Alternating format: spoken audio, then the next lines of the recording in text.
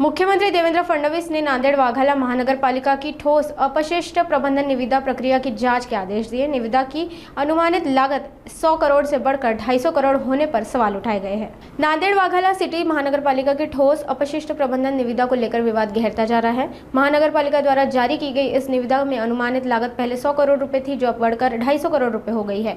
इसी बढ़ी हुई लागत पर सवाल उठाते हुए महाराष्ट्र के मुख्यमंत्री देवेंद्र फडणवीस ने शिकायत की थी। शिकायत के बाद मुख्यमंत्री ने मामले की गंभीरता को देखते हुए नगर आयुक्त को इस पर विस्तृत रिपोर्ट देने के निर्देश दिए हैं। साथ ही जब तक नई ई टेंडर प्रक्रिया शुरू नहीं होती तब तक इस निविदा पर रोक लगाने का आदेश भी दिया है। दिनांक 13/12/2024 रोजी नांदेड वाघाला शहर महानगरपालिका अंतर्गत च्या मार्फत ई टेंडर नोटीस क्रमांक 1175/4/2024-25 मार्फत एक घनकचरा व्यवस्थापन डोर टू डोर कचरा कलेक्शन व डंपिंग ग्राउंड पर्यंत ट्रान्सपोर्टेशन या बाबतीमध्ये एक निविदा काढण्यात आलेली होती।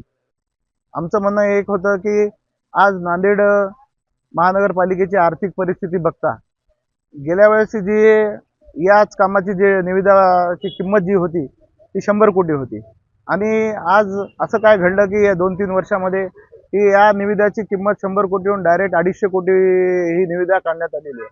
आणि आमचा साप प्रशासनावर असा आरोप आहे, कोणाच्या दबावामध्ये हे काम तर काही ते करत नाहीत ना, कारण ज्या एजन्सीला मागे बरेच वेळेस नोटीसही पाठवण्यात आलेल्या होत्या की तुमचं काम समाधानकारक नाहीये आणि जी एजन्सी मागील 4-5 वर्षापासून काम करत आहे त्याला एक्सटेन्शन देत हे प्रशासन आज आम्हाला दाट शंका आहे की हेच एजन्सी नाव बदलून परत एकदा त्यांच्या सोयीनुसार या निविद्यामध्ये अटी टाकून त्या निविदा काढण्यात आलेली आहे व सोयीस्कर कोणत्या तरी एखाद्या ठराविक एजन्सीला याचा फायदा व्हावा यासाठी ही निविदा काढण्यात आलेली आहे। याबाबत माननीय मुख्यमंत्री देवेंद्रजी फडणवीस साहेब यांना आम्ही तक्रार केलेली होती की याबाबत आपण त्यांनी माननीय आयुक्तांना आदेशित केले या सर्व कामाची सखोल चौकशी करून अहवाल सादर करावा व तोपर्यंत ही निविदा प्रक्रिया पूर्णत्वाकडे नेऊ नये।